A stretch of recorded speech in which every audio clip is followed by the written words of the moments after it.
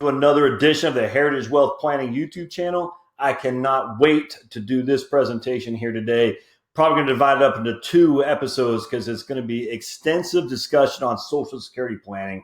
I've been a member of a group called horsesmouth.com, man, since I've been in this business, probably since 2003. I mean, I started at Vanguard in 1998. And when I went on 2004, so when I went on my own in terms of being a financial advisor, I went to Horse's Mouth. It was probably the first thing I went to get educated on various financial planning topics. I guess about 2008 or 9, they rolled out this thing called Savvy Social Security Planning. And I'm telling you, it was one of the most beneficial things I've ever looked at for my own education in terms of Social Security, but just how to advise clients is fantastic. I'm actually going to share some of this with you today because it's just wonderful, wonderful stuff. They actually have gone into Medicare as well, and I'm actually a member of the Medicare planning system as well. And one of these days, I'll do a seminar on that as well, or a webinar, what we're doing here today. But Horse's Mouth is it's fundamentally changed my life when it comes to as a financial advisor. I had no clue what I did not know, and it's amazing. And I got to tell you, there's no way in the world that one person can know all this stuff. It's not going to happen. I mean, there are some people who can.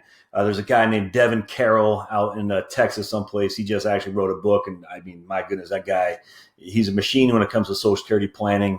I'm not sure what his website's called, but Devin Carroll, he's great. There's a guy here locally, Mark Orr, I think. He wrote a book on Social Security planning, and he's fantastic as well. And big fan of his too.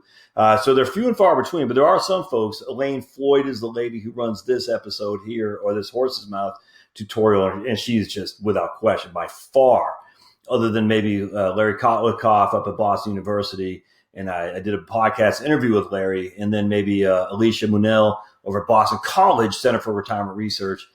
I don't know anyone who knows more about Social Security than Elaine, that's for sure. She's just amazing. And she's the one who presented this or built this tutorial, which I'm going to share with you today. Now, only drawback is because it is a PowerPoint presentation, you won't see this right here. You won't see my mug. So I don't know if that's a drawback or not. But you're not going to see me, but I'm still here. You'll still hear me and everything.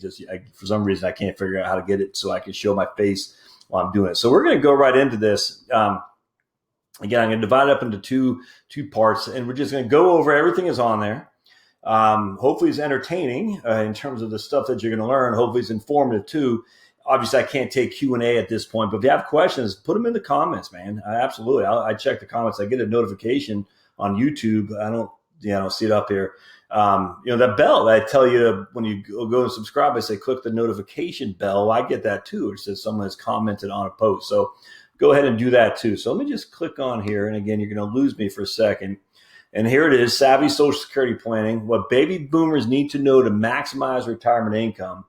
And we're going to hit present here, and you're going to see this. Okay, so again, horsesmouth.com. It's more for financial advisors. I don't know if you're a client, if you get that much out of it, just because it really is mostly for financial advisors. But let's see. Let me start. I'm going too fast for the system here.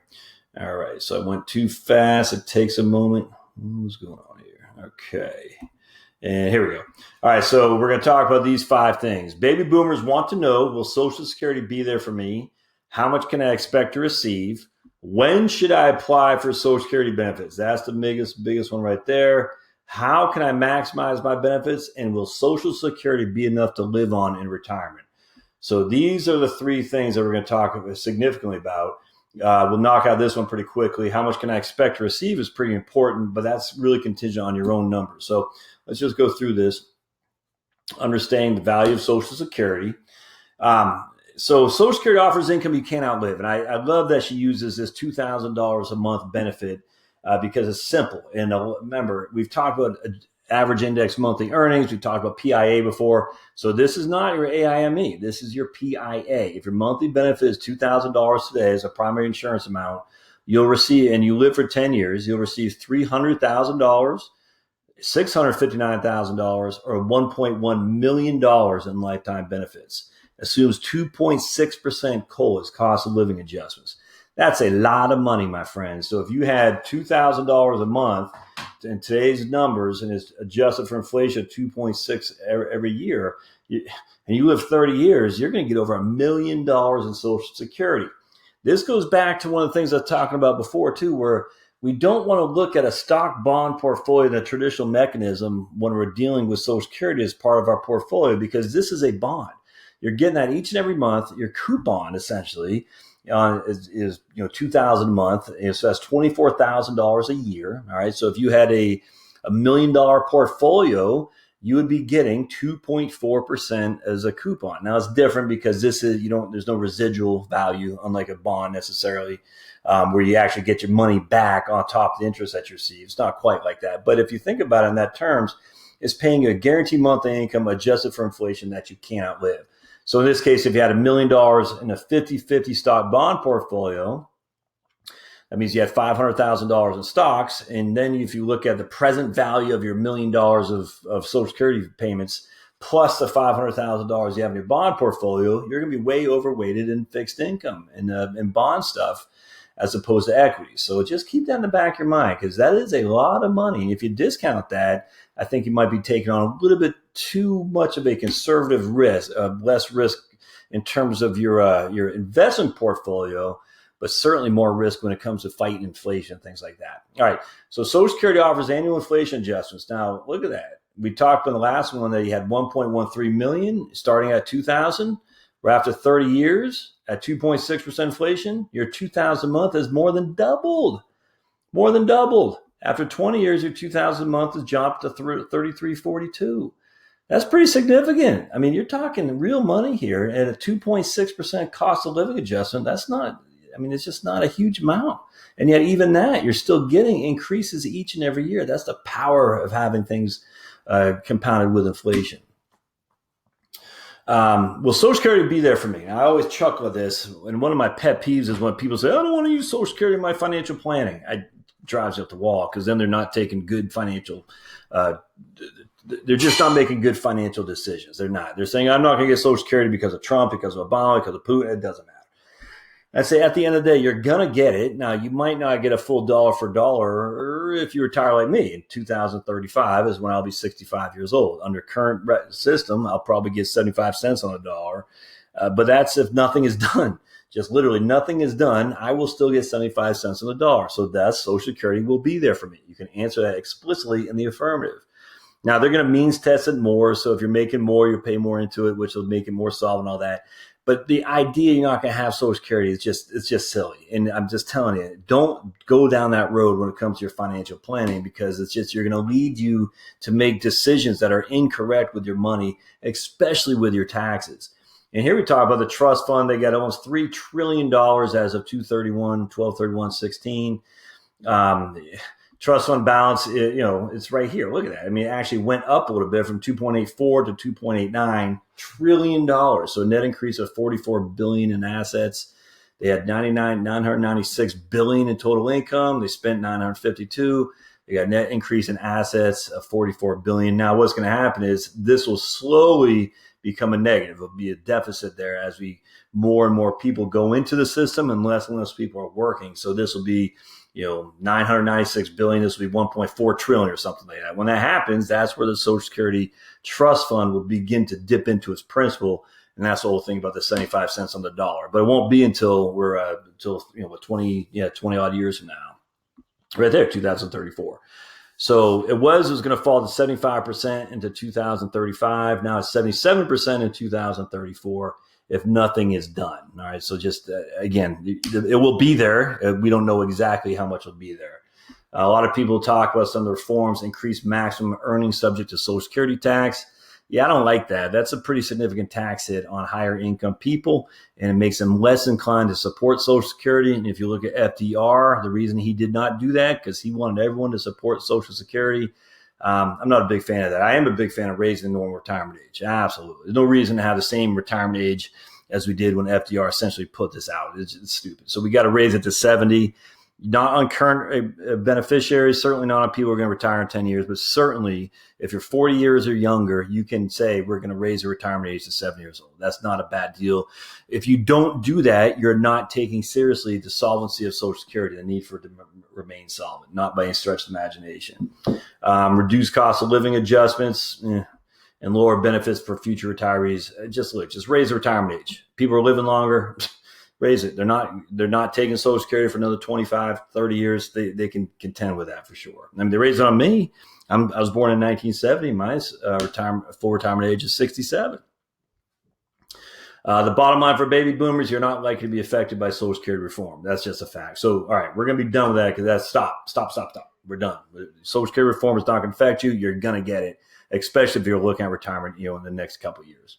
How much can I expect to receive? Now, I do like this one a lot because it's how much you earned over your working career and the age you apply for benefits. This is your average index monthly earnings, AIME. That is going to give you your PIA, and your PIA will tell you how much you'll get based on the age in which you applied. Now, I talked about this quite a bit, but if your AIME, your average index monthly earnings, is wrong, then you're going to have a wrong number for your PIA, and those two things are critical. So at age 62, each year's earnings are tallied up and indexed for inflation.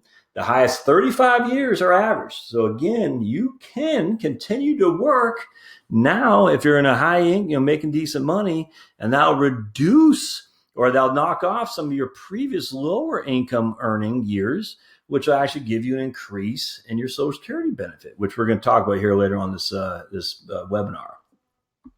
We talked about the 3 bend points. All right, the first $895, you'll get 90% of that as part of your Social Security benefit. The next $4,500, you're going to get 32% of that as your Social Security benefit, and anything above, I think it's $5,397, you're going to get 15% of that amount as part of your Social Security benefit. And again, what I like is benefits are increased each year by COLAs, cost of living adjustments, which I'm a big fan of because that really just $2,000 a month today could be $4,300 a month in 30 years. That's a big deal. If that was not indexed for inflation, we'd have a lot more people in the dire straits. That's for sure.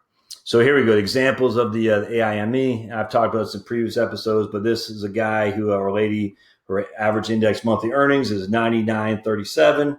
The first $895 that she makes from her AIME, she's going to earn $805 in Social Security.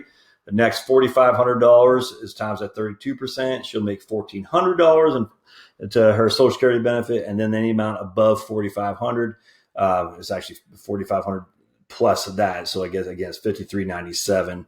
Is she'll get $680. So if her AIME is $9,937, her PIA, the amount she'll get at full retirement age, is $2,927. So just keep that in the back of your mind. $2,927 if her AIME is $9,937. So what's that, a third roughly? And the reason for that is because it's very progressive, and that means the lower income you make, the more benefits Social Security replaces as an income stream for you. The higher income you make, the less benefits they replace as a percentage of your income. All right, so we talked about that example of benefits. Okay, full retirement age, you talked about this. I was born in 1970. My full retirement age is 67. If you're born before 1954, your full retirement age is 66. And any year in there is 66 and some months. All right, let's keep going through this. This is all good stuff, but it's not the meat of the issue. This one's important. What if I apply early? Remember your PIA. So the lady we talked about, her PIA was $2,900 a month. If she applies early, if her FRA, full retirement age, is 66, which means that she had to be born before 1954, it'll be 75%. So she'll get 75% of that $2,900 if she takes her benefits early. All right. If her full retirement age is 67, which means she was born after 1960, she'll get I went up too much. Hold on a second. I hit enter. There you go. She'll get 70% of that $2,900. So keep that in mind. If her FRA is 66, she'll get 75% of her PIA if she retires at the earliest or files at the earliest age. If our FRA is 67, like mine is, I'll get 70% of my PIA if I file for the benefits at the earliest age. All right. Now, on the other hand, if we both wait until in this case, if her FRA is 66 and she waits until she's 70, she'll get 32% more than that $2,900. So we get $2,937, I think is what it was, times 1.32, which means she's going to be getting almost $3,900 a month in Social Security benefits, my friends. By just simply waiting from 66 till 70 years old, she's going to be getting that. That's a significant amount, a third more.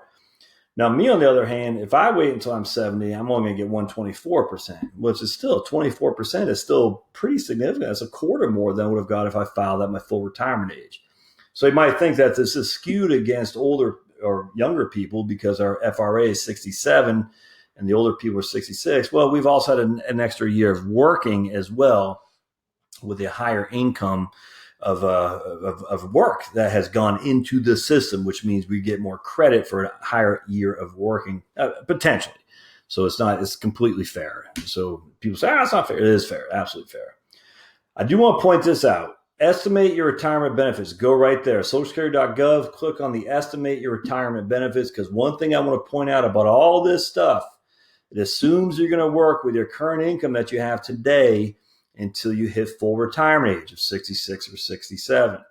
And if you aren't going to work that same income, like I just quit my job to start this firm, my income's dropping like a brick in water, but my Social Security statement won't reflect that until next year. So if I want to know truly what my benefit is going to be based on my current income, I got to go in there and estimate my retirement benefits, or else I'm going to be way over optimistic on how much money I'm going to make for Social Security, because it's going to assume my income from the last year was what I'm going to make until I hit the age of 67. That's just not going to happen.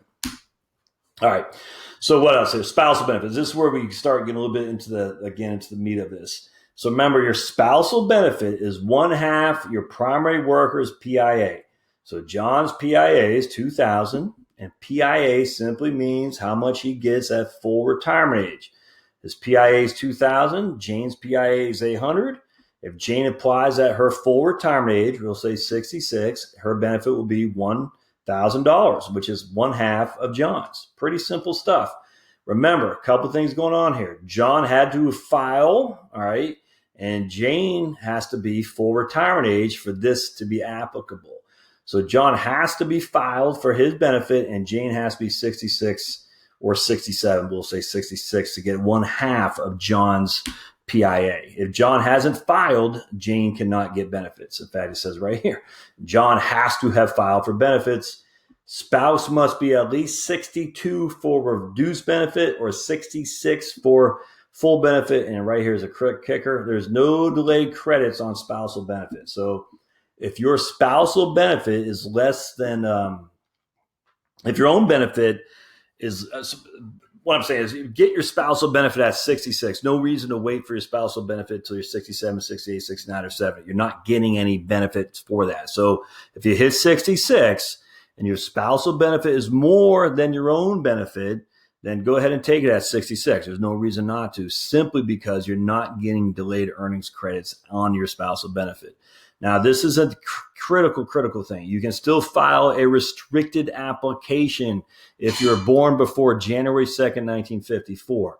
So that simply means you go into the Social Security, you say you're going to file for your spousal benefit. Again, John has had to file and be receiving benefits. You file for your spouse's benefit and restrict your own benefit in order that you can allow your own benefit to grow with delayed earnings credits. You can't do that if you're born January 2nd, 1954 or beyond. You can only do that if you're born before January 2nd, 1954. A restricted application. I cannot stress that enough. If you were born then, in that lucky time, you go down there and you say, I'm 66, full retirement age. My spouse is taking benefits. I want to file for on his record for my spousal benefit, which would be 1/2 of his. And I want to restrict my own application so that way I can continue to earn the delayed earnings credits and get that 8% a year increase. Critically important to understand how that works. Oh, divorced spouse benefits too. I'm telling you, a lot of divorce. My biggest YouTube video is by far on divorcee benefits for Social Security. It's actually amazing. So there's something hitting there that needs to be addressed. Your marriage had to last for 10 years. Person receiving divorce benefits is currently unmarried. My wife and I divorced. We were married for more than 10 years. As long as I'm filing for my benefits based on her record as a divorcee, I can't be married. I'm currently not married. I'm at least 62 years old. You got to be 62, just like regular benefits. And if the divorce was more than 2 years ago, I do not need for my wife to be taking benefits. This is critical. If we just got divorced yesterday and she is not taking benefits, I cannot take my benefits. I can only take my benefits if she is on the filing and taking benefits today, unless we were divorced more than 2 years ago. So if we were divorced more than 2 years ago, then it doesn't matter if she's taking benefits or not. A lot going on there. So just kind of put that in the back of your mind. If you're divorced, there's a couple of things. Just remember, it got to be 10 years. You got to be over 62. You can't be married right now. And your divorce, if it's more than 2 years ago, it's not contingent on your ex-spouse. If your divorce was less than 2 years ago, it's contingent on your ex-spouse taking benefits today. So just keep that in the back of your mind. Interesting thing is more than one ex-spouse can receive benefits off the same worker's record. I forgot who it was, but there's a Linda Taylor or something like that. There's somebody who's been married a bunch of times. Who was that? I was just reading about somebody who's been married a bunch of times. And as long as each marriage was 10 years, ex-spouses can take benefits on that worker's record. Benefits paid to one do not affect the benefits to the other. Divorced spouse benefits stop upon remarriage. Okay, stop upon remarriage of me, the ex-spouse, not on the primary worker. So just keep that in the back of your mind. Divorce benefits stop upon the remarriage of me, filing for my ex-spouse's benefits, not on that guy or that lady who were found on. So just keep that in your mind. Well, let's see. So if I'm married and my wife we divorced, and I'm claiming benefits off of her record, if she gets remarried, it doesn't affect me. If I get remarried, then my benefits stop. Let me just be very clear there. All right. A couple more minutes here, and then we'll take a break and come back with part 2. Survivor benefits. Now, this is different than spousal. I've talked about it before in a couple of videos, but remember, if survivor benefit will depend on the age at which the deceased spouse originally claimed his benefit. So if I die and I had claimed before my full retirement age, i.e. I claimed before I was 66, or in my case 67, my wife's benefit will be limited to the higher of my benefit or 82.5% of my primary insurance amount. So if I claimed early, then I claimed a reduced benefit because I claimed before FRA. My wife, Charlotte, will either get what I had, which is reduced from my PIA, or 82.5% of my PIA, whichever is more. So that's pretty interesting. So just remember that if I file early, my wife will not get my full benefit in terms of my primary insurance amount. She won't. She'll get the full benefit solely based on when I filed, not my PIA. Another reason to consider waiting to filing until at least you hit your full retirement age for spousal benefits. Now, the age at which the widow claims the survivor benefit, if she claims before her FRA, so now this is the widow, my wife Charlotte, she's before 66 or 67, her survivor benefit will be a fraction of the original benefit. She can claim it at 60, and her PIA will be 71.5, or her benefit will be 71.5% of my PIA. She'll get more and more each and every year until she hits 66 at her full retirement age, or 67 again. Now, if she claims that her FRA, her benefit will be equal to 100% of whatever I am making at that point. So if I was making $3,000 a month and she claims that 66, that's what her benefit will be. A lot going on there. All I got to say is for survivor benefits, if you are concerned about your surviving spouse, you do not want to file early. There's just no other way around that. All right, so let's see. If spouse dies while both are receiving benefit, widower may switch to the higher benefit. So I love this example. Joe and Julie are married. Both are over full retirement age. Joe's benefit is $2,000. Julie's benefit is $1,200. Joe gets hit by a bus. Julie notifies Social Security, and her benefit of $1,200 is replaced with Joe's benefit of $2,000 because they're both over full retirement age. Pretty cut and dry there. Survivor benefits, example of early claiming. Joe and Julie are married. Joe's PIA, again, PIA, I'm going to make this tattooed on your brain, is about he gets at full retirement age, so 66. Joe files for Social Security at 62 because his full retirement age is 66. His benefit is 75% of $2,000. If he filed for full retirement age when it's 67, I forgot, I think it's 70% of 2000. But obviously, because it's 75% of his PIA, that means his FRA is 66. So because of that, he'll get $1,500 a month. Joe gets hit by a bus. Julie's survivor benefit will depend on when she claims.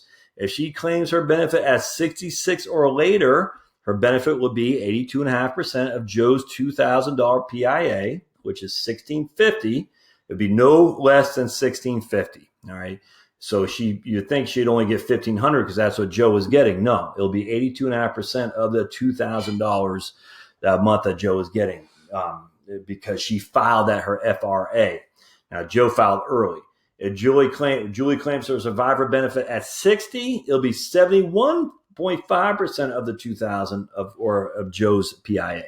So again, if they file early, Joe does, and then he dies, Julie will get less than his PIA, and it depends on how much or when she files. If she files at 66 or later, her full retirement age will be 82.5% of his PIA or more. If she claims earlier, it would be the littlest at 1430 or more, depending on the age he files. But she can file at 60, unlike a spousal benefit. Examples of delayed claiming. Here we go. So Joe and Julie are married. Joe's PIA is $2,000, but he files for his benefit at age 70. He gets that 32% increase, which means his benefit will go up to $2,640. Joe's survivor benefit will be equal to Joe's benefit if she claims, I'm going to start down here, at 66 or later. If she claims her benefit, her survivor benefit, at full retirement age, she's going to get this right here. If she claims her survivor benefit before full retirement age, it'll be no less than 71.5% of 2640 or 1887, and that's at age 60. So the least you'll get is this right here. The most you'll get is this right here. Now, the interesting thing is Julie can take her own benefit early. It'll be reduced because she's taken it early, but then go file for her survivor benefit at full retirement age and get this amount right there, $2,640, because a survivor benefit and her own benefit are two separate different things when it comes when to file. So in this case, Julie should take her own benefit early. It'd be reduced, and take that until she's 66, and then she'll leave her own benefit on the table, and she'll step into Joe's full benefit with a delayed earnings credit. It's a pretty good strategy. A lot of people don't recognize that, but it's a wonderful strategy there. Rules for survivor benefits, this is a good one. Couples must have been married for at least 9 months at date of death, except in case of an accident. Survivor must be at least 60 to take the reduced benefit. And I think it was 71.5%. Or 50 if disabled, but still going to be reduced, or FRA for the full benefit. Survivor benefit is not available if widow remarries before the age of 60, unless that marriage ends. But look at that. Remarries before the age of 60, remarries after 60, survivor benefit is still available. And then it's just time to crunch some numbers. Divorced spouse benefit available if the marriage lasted at least 10 years. So again, if I was divorced and it lasted for 10 years, my wife got hit by a bus, I could look to see if I could get my benefit based on her earnings record, which is pretty cool. I guarantee you a lot of divorcees do not know that. When should I apply for benefits? So we're going to take a break here. This is exactly where I want to stop. Got a lot to discuss, a lot to consider and think about here, my friends, about your Social Security. So what I'd like for you to do, if you have questions, comments, or concerns, is email them to me. I mean, obviously can't do it while I'm doing this, but say, hey, Josh, I'm considering this. I'm worried about that. Give me a thumbs up, of course, but email me, josh@heritagewealthplanning.com. So again, the email is josh@heritagewealthplanning.com. I'd love to hear your thoughts and comments on this. I'm going to do these seminars actually here at the local library. I'm going to start a little process, probably once a month or twice a month to do these because I think it's critically important. And I don't think a lot of people realize the benefits that they have available to them if they just knew some basic strategies, which is what I'm trying to do here. So I'm going to take a break. I'll get back on the second part of this, and we'll see you on the second side of the more. I keep looking at the mic as if you're on the mic. I should be looking up there. We'll get back on the second part of this to talk about the claiming strategies and some ways to maximize your benefits. We'll see you here in just 1 second. Thanks, guys.